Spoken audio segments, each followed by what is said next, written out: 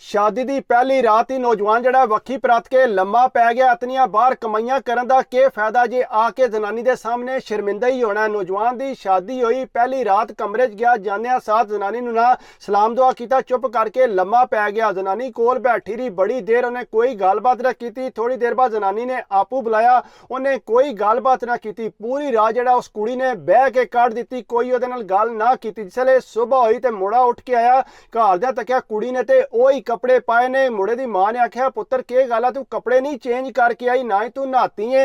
वह अगू रोन ला पई। उन्हें आख्या, मैं के नहाना सी, तुहाडे मुड़े ने पूरी रात जड़ा कोई मेरे नाल गलबात नहीं की। वो बड़े परेशान। उन्हें आख्या, क्यों नहीं की, कोई गल हुई है तुहाडी, गल की होनी है, मैं तो बिल्कुल कोई इन्हें सलाम दुआ भी नहीं मेरे नाल कीता। उन्हें मुड़े ने पूछा, पुत्र के गल है, तू क्यों नहीं अपनी जनानी नाल कोई गलबात की। वो अगू बोले चाले को ना चुप करके परां टुर गया। ते भैन इतनी देर नूं आई, अम्मा जी तुसीं क्यों उन्होंने परेशान करदे हो, कोई मसला नहीं, आपे सारा काम ठीक हो जाएगा। वो कुड़ी रोंदी सी पई। इतनी देर नूं कुड़ी दे घर दे भी आ गए। सुबह सुबह उन्हें आके तकिया, कुड़ी बड़ी परेशान, वही कल वाले कपड़े पाए। उन्हें आख्या, पुत्र के गल है, तू कपड़े नहीं चेंज कीते, पूरी रात मुड़े ने मेरे नाल कोई गलबात नहीं की। घर दे बड़े परेशान। उन्हें आख्या, क्यों गलबात नहीं की। उन्हें मुड़े को पूछा, मुड़ा कोई गल ना करे। उहदे घरदियां कोल पूछा, वह भी कोई गलबात ना करे। उन्हें आख्या, ते गल माड़ी है, तुसा जे मुड़ा तुहाडा नहीं सी ठीक, तुसा सानू दसना ते है सी ना। उन्हें आख्या, नहीं अलहमदुलिल्लाह मुड़ा साडा ठीक है, उन्हें पता नहीं के मसला है। उन्हें आख्या, कि बाहर शादी शुदी तो नहीं की, तां वास्ते साडी कुड़ी नाल नाराज होया, तुसा जबरदस्ती दी शादी करा। उन्हें आख्या, ना मुड़े दी मर्जी ते शामिल है विच, ये ते आपू आखदा सी, अम्मा मेरी शादी करो, इस तरह की कोई गल नहीं है। असीं मुड़े कोल पुछने मसला की है। अम्मा इसलिए मुड़े कोल फिर पुछण वास्ते गई। इतनी देर नूं भैन आई, उन्हें बाह फड़ के भरा नूं ते अपने घर लै गई। वो जाके उत्थे नूं बिठा के नाश्ता नुश्ता करा के तैनूं कहदे, तू इत्थे ही बह, तू परेशान ना हो, मैं आपे उन्हां नाल जाके गल कर लाई। वापस आई, आके अम्मा नूं कहंदी है कि अम्मा जी क्यों परेशान करदे हो, ਉਹਦੀ कोई ज़हनी टेंशन होनी है, तां वास्ते नहीं उन्हें कोई गलबात की होनी, तुसीं फिक्र ना करो, आपे ठीक हो जाएगा। अगू कुड़ी वाले कहते, चलो असा मुड़े नूं अपने नाल लैके घर जाना। मुड़ा पहला आंदा, जी मैं जाना ही कोई नहीं, भैन भी आंदी है रहन दिओ इत्थे ही, आपे ठीक होंदा, फिर तुसीं लै। उन्हें कहा, ना साडे सारे खानदान वाले आए होणगे, साडी बेइज्जती होनी है, इस वास्ते असां इहनूं नाल लैके जाना है।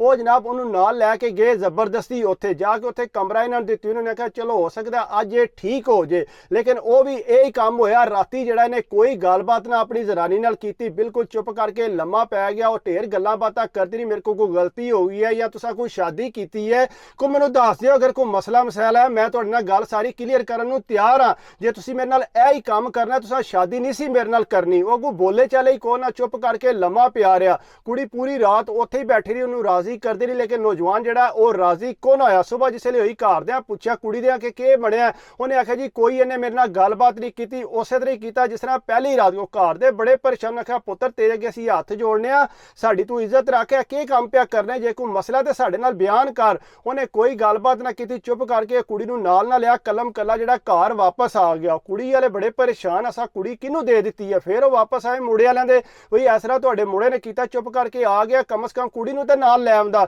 उन्हें आख्या, तुसीं फिक्र ना करो, मैनूं नहीं पता इनू के मसला होया है। उन्हें बार मां ने पोला जिहा सैड ते खड़े ने कहा, पुत्र सानू दस, जे कोई तैनूं मसला मसैल है, कोई डॉक्टर नूं चैक कराना, असीं तैनूं जाके चैक कराइए। वो अगू कोना बोले चाले, इस तरह करदियां 3 दिहाड़े कट दिते। चौथे दिन वो सोड़े पै गए। उन्हें कहा, पुत्र जो मर्जी हो जाए, असां तैनूं डॉक्टर को लैके जाना है। इतनी देर नूं भैन ने बाह फड़ी ते चुप करके लै गई। अगू वापस शामां तक घर वापस उन्होंने कोना लैके आई। अम्मा ने पूछा कि किधर की भरा नूं, ए नहीं भरा किधरे गया तो आ जाएगा कल तक, ए नहीं ये किस तरह हो सकता, उसकी जनानी घर है तो तू उन्होंने कित्थे लै गई। वो कुड़ी अगू जड़ा कोई गल ना करन दे। उन्हें आख्या, अम्मा जी फिक्र ना करो, वो आ जाएगा। अगू सारे पिंड नूं जड़ा पता लग गया सी। वो ये समझते सी कि मुड़े कोल कोई शै नहीं, ये बाहर रह रह के बिल्कुल खसी हो गया, इहदे च जिहड़ा शादी वाला गल कोई नहीं सी है। अगू कुड़ी वाले पासों भी सारे पासे मशहूर हो गया कि मुड़े ने यह काम कीती है। वो सारे पासे जिसले गल फैल गई तो घर दे परेशान हो गए। उन्हें आख्या, पुत्र खुदा दा ना ही अगर तेनों कोई मसला तो सानू दस, साडी बेइज्जती ना तू करवा। हर बंदा जिहड़ा साडे ते जिहड़ा गल्लां पिया करदा है, तू पुत्र मेरे दस दे, तू कल्ला कल्ला साडा पुत्र है, जे यह काम तू करेगा तो अगू होर ते साडी औलाद ही कोई नहीं जिहड़ी इस तरह दा काम करे। वो अगू जड़ा आखे, अम्मा जी तुसीं फिक्र ना करो, मैं बिल्कुल ठीक है, इस तरह की कोई। उन्हें कहा, पुत्र ठीक है तो अपनी जनानी कोल जा, क्यों नहीं जाता ਉਹਦੇ ਕੋਲ। अगू जड़ा कोना बोले चाले। खैर जिसले उन्होंने पता लगा कि सारे पिंड च मेरी गल फैल गई है कि इहदे कोल गलबात कोई नहीं, इहदा जबरदस्ती विआह कराए ने, वो जनाब गुस्सा कर गया। उन्हें आके बुला के कुड़ी दे घरदियां नूं भी, अपने घरदियां नूं भी, भैन नूं भी बुला लिया उत्थे। उन्हें आख्या, जी गल सुन, ਸੁਣੋ, ਮੈਂ ਬਿਲਕੁਲ ਠੀਕ ਠਾਕ ਹਾਂ, ਮੈਨੂੰ ਕੋਈ ਮਸਲਾ ਮਸੈਲ ਨਹੀਂ ਹੈ। ਜਿਹੜੀ ਤੁਹਾਡੀ ਗਲਤਫਹਿਮੀ ਹੈ ਉਹ ਅੱਜ ਮੈਂ ਦੂਰ ਕਰਨਾ ਚਾਹੁੰਦਾ, ਕਿਉਂਕਿ ਤੁਸੀਂ ਸਾਰੇ ਗਲਤਫਹਿਮੀ ਦਾ ਸ਼ਿਕਾਰ ਹੋ ਗਏ ਹੋ। ਮੇਰਾ ਦਿਲ ਹੈ ਕਿ ਤੁਹਾਡੀ ਗੱਲ ਜਿਹੜੀ ਹੈ ਨਾ ਉਹ ਕਲੀਅਰ ਕਰਨਾ। ਕਿ ਪੁੱਤਰ ਤੂੰ ਸਾਨੂੰ ਦੱਸ, ਤੈਨੂੰ ਕੋਈ ਮਸਲਾ ਹੈ? ਕਿਉਂਕਿ ਹਰ ਬੰਦਾ ਜਿਹੜਾ ਤੇਰੀ ਬਦਨਾਮੀ ਹੋ ਰਹੀ ਹੈ ਤੇ ਤੂੰ ਦੱਸਦਾ ਨਹੀਂ ਪਿਆ। ਉਹਨੇ ਆਖਿਆ ਅੰਮਾ ਜੀ ਮੈਂ ਤੁਹਾਨੂੰ ਦੱਸਣਾ, ਮੇਰੀ ਤੇ ਮੇਰੀ ਭੈਣ ਦੀ ਆਪੇ 'ਚ ਗੱਲਬਾਤ ਹੁੰਦੀ ਰਹਿੰਦੀ ਸੀ। ਇਹ ਕਿਸੇ ਬਾਬੇ ਕੋਲ ਜਾਂਦੇ ਰਹਿੰਦੀ ਹੈ ਮੇਰੀ ਭੈਣ, ਉੱਥੋਂ ਤਵੀਜ਼ ਵਗੈਰਾ ਵੀ ਲੈ ਕੇ ਆਈ ਹੈ ਮੇਰੇ ਵਾਸਤੇ, ਤੇ ਕਹਿੰਦੀ ਹੈ ਪਹਿਲੇ 5 ਦਿਨ ਜਿਹੜਾ ਨਾ ਤੂੰ ਜ਼ਨਾਨੀ ਦੇ ਨੇੜੇ ਨਹੀਂ ਜਾਣਾ, ਤੇ ਇਹ ਤਵੀਜ਼ ਜਿਹੜਾ ਤੂੰ ਘੋਲ ਕੇ ਪੀਂਦਿਆਂ ਰਹਿਣਾ ਕਰਨਾ। ਤੇ ਇਸ ਵਾਸਤੇ ਮੈਂ ਤਵੀਜ਼ ਪੀ ਰਿਹਾ। ਤੇ ਉਹਨੇ ਕਿਹਾ 5 ਦਿਹਾੜਿਆਂ ਤੱਕ ਜਿਹੜਾ ਮੈਂ ਜ਼ਨਾਨੀ ਦੇ ਨੇੜੇ ਨਹੀਂ ਸੀ ਜਾਣਾ, ਲੇਕਿਨ ਹੁਣ ਜਿਹੜਾ ਹਰ ਬੰਦੇ ਨੂੰ ਪਤਾ ਲੱਗ ਗਿਆ ਤੇ ਮੇਰੀ ਬੇਇੱਜ਼ਤੀ ਵੀ ਹੁੰਦੀ ਹੈ। ਇਸ ਵਾਸਤੇ ਜਿਹੜਾ ਨਾ ਮੈਂ ਹੁਣ ਤੁਹਾਨੂੰ ਗੱਲ ਤਾਂ ਖੁੱਲ੍ਹ ਕੇ ਉਹਨਾਂ ਜਿਸੇ ਕੁੜੀ ਵਾਲ, ਤਾਂ ਉਹਨੇ ਕਿਹਾ ਧੀਏ ਤੂੰ ਕਿਹੜਾ ਕੰਮ ਕੀਤਾ? ਆਪਣੇ ਭਰਾ ਨੂੰ ਤੂੰ ਬਦਨਾਮ ਕਰਾ ਰਹੀ ਹੈ। ਕਿਹੜਾ ਬਾਬਾ ਤੈਨੂੰ ਲੱਭ ਗਿਆ ਜਿਹੜਾ ਤੈਨੂੰ ਤਵੀਜ਼ ਪਿਆ ਦਿੰਦਾ? ਇਹ ਕੰਮ ਤੂੰ ਨਹੀਂ ਸੀ ਕਰਨਾ। ਮੁੰਡੇ ਨੂੰ ਸਮਝਾਇਆ, ਉਹਨੇ ਕਿਹਾ ਪੁੱਤਰ ਇਹੋ ਜਿਹੀਆਂ ਬੇਵਕੂਫੀਆਂ ਨਹੀਂ ਕਰੀਦੀਆਂ। ਜਿਹੜੀ ਤੇਰੀ ਭੈਣ ਤੈਨੂੰ ਦੱਸਦੀ ਹੈ ਤੇ ਤਵੀਜ਼ਾਂ ਤੇ ਲੱਗੀ ਹੈ, ਤੇ ਤੂੰ ਕਿਉਂ ਲੱਗਣੇ ਪਿਆ? ਉਹਨੇ ਇਸ ਵੇਲੇ ਸਾਰੀ ਗੱਲ ਸੁਣਨੇ ਕਿ ਅੰਮਾ ਜੀ ਮੈਂ ਮਾਫੀ ਚਾਹਨਾ, ਆਇੰਦਾ ਤੂੰ ਇਸ ਤਰ੍ਹਾਂ ਦਾ ਕੰਮ ਨਹੀਂ ਹੋਵੇਗਾ। ਉਹ ਜਨਾਬ ਆਪਣੀ ਜਿਹੜੀ 3 ਮਹੀਨੇ ਛੁੱਟੀ ਸੀ ਸੋਹਣੀ ਉਹਨੇ ਗੁਜ਼ਾਰੀ। ਜਿਸ ਵੇਲੇ ਵਾਪਸ ਗਿਆ ਤੇ ਜਨਾਬ ਪਤਾ ਲੱਗਾ ਕਿ ਘਰ ਬੇਟਾ ਹੋਣ ਵਾਲਾ, ਬੜਾ ਖੁਸ਼ ਆ। ਉਹਨੇ ਆਖਿਆ ਲੈ ਦੱਸੋ, ਅੱਲਾਹ ਤਾਲਾ ਮੈਨੂੰ ਉਂਝ ਹੀ ਬੇਟਾ ਦੇ ਰਿਹਾ। ਲੇਕਿਨ ਭੈਣ ਆਂਦੀ ਕਿ ਨਹੀਂ ਮੇਰਾ ਭਰਾ, ਮੈਂ ਜਿਹੜਾ ਤੇਰੇ ਵਾਸਤੇ ਤਵੀਜ਼ ਲੈਂਦੀ ਰਹੀ ਹਾਂ ਤਾਂ ਤੇਰੇ ਘਰ ਪੁੱਤਰ ਪੈਦਾ ਹੋਣ ਲੱਗਾ। ਤੂੰ ਬਾਬੇ ਨੇ ਆਖਿਆ ਸੀ ਹੈਰੀ ਚਲੋ 4 ਦਿਨ ਤੇ ਉਹਨੇ ਕਰ ਲਿਆ ਨਾ, ਬਾਕੀ ਚਲੋ ਛੱਡੋ ਸਾਰੀਆਂ ਗੱਲਾਂ। ਤੇ ਇਸ ਵਾਸਤੇ ਬਾਬੇ ਰਾਂ ਦੀਆਂ ਦੁਆਵਾਂ ਨੇ ਤਾਂ ਤੇਰੇ ਘਰ ਜਿਹੜਾ ਔਲਾਦ ਹੋਣ ਲਈ ਹੈ। ਕਈ ਵਾਰੀ ਬੰਦੇ ਨਾਲ ਇਸ ਤਰ੍ਹਾਂ ਵੀ ਹੋ ਜਾਂਦਾ ਹੈ, ਬੰਦਾ ਸੋਚਦਾ ਕੁਝ ਹੋਰ ਹੈ ਤੇ ਹੁੰਦਾ ਬੰਦੇ ਨਾਲ ਕੁਝ ਹੋਰ ਹੈ। ਇਸ ਵਾਸਤੇ ਕੋਸ਼ਿਸ਼ ਕਰਿਆ ਕਰੋ ਇਹਨਾਂ ਗੱਲਾਂ ਤੋਂ ਬਚਿਆ ਕਰੋ, ਤਵੀਜ਼ਾਂ ਤਵੂਜ਼ਾਂ ਦੇ ਨੇੜੇ ਨਾ ਜਾਇਆ ਕਰੋ। ਅਗਰ ਸ਼ਾਦੀ ਹੋਈ ਹੈ ਤਾਂ ਜ਼ਾਹਿਰੀ ਗੱਲ ਹੈ ਤੇਰਾ ਕੰਮ ਸੀ ਕੋਲ ਜਾਣਾ। ਇਹ ਨਹੀਂ ਕਿ ਤੂੰ ਤਵੀਜ਼ ਪੀਂਦਾ ਰਵੇਂ ਤੇ 5 ਦਿਹਾੜੇ ਤੂੰ ਜ਼ਨਾਨੀ ਦੇ ਨੇੜੇ ਨਹੀਂ ਜਾਣਾ।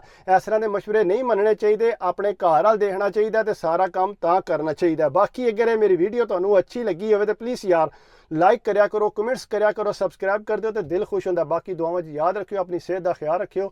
ਅੱਲਾਹ ਹਾਫਿਜ਼।